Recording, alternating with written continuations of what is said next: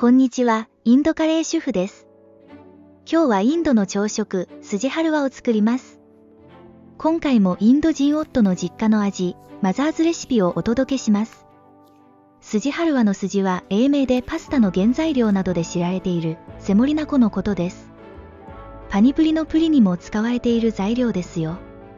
ちょっと正直、甘いのに朝食、スイーツじゃないのと日本人の私には慣れない朝食ですが、インド人夫曰く、れっきとした朝食だそう。ゲストが来ると、スジハルワとほうれん草のパコラをセットでおもてなししたりするそうです。日本でも菓子パンやホットケーキなど甘いものを朝食で食べることもあるので、普通ではと思われるかもしれませんが、インドの甘さ加減はとにかく、とてつもなく甘いんです。インドの食を知っていくと、甘いものは甘い、辛いものは辛いととってもはっきりしているのがわかります。ということで、早速スジハルワを作ろうと思うのですが、その前に材料の計量にポイントがありますので説明しますね。作り方はとても簡単で、20分ほどで作れますのでご安心ください。計量のポイントはカップを使用して測ることです。スジ1カップに対して、水3カップ、砂糖1カップの1対3対1。そして完成すると、筋の量の約4倍になります。量りで計量するのって結構面倒だったりしますよね。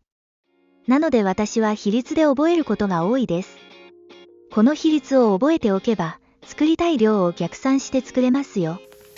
今回私はこの 300cc 入るカップ1杯分の筋を使います。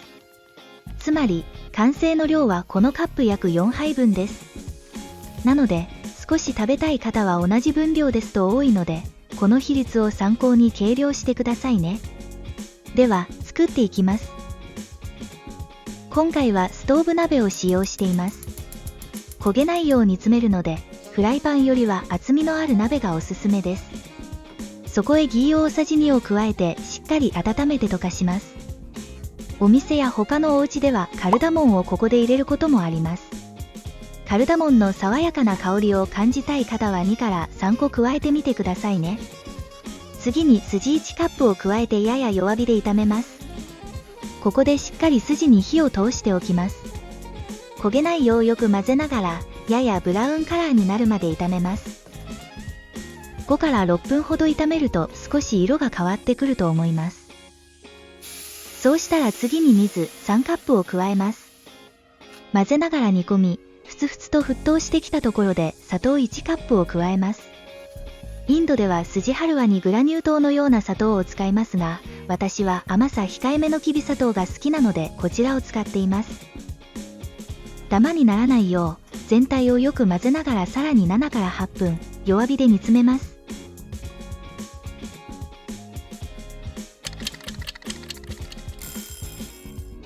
最後に無塩の素焼きカシューナッツやアーモンド、レーズンを加え、あと1から2分火にかけます。インドのマーケットでは生のカシューナッツやアーモンドが売られているのが基本なので、インドでは生のナッツを使用していますが、日本では手に入りやすい素焼きナッツを使用しています。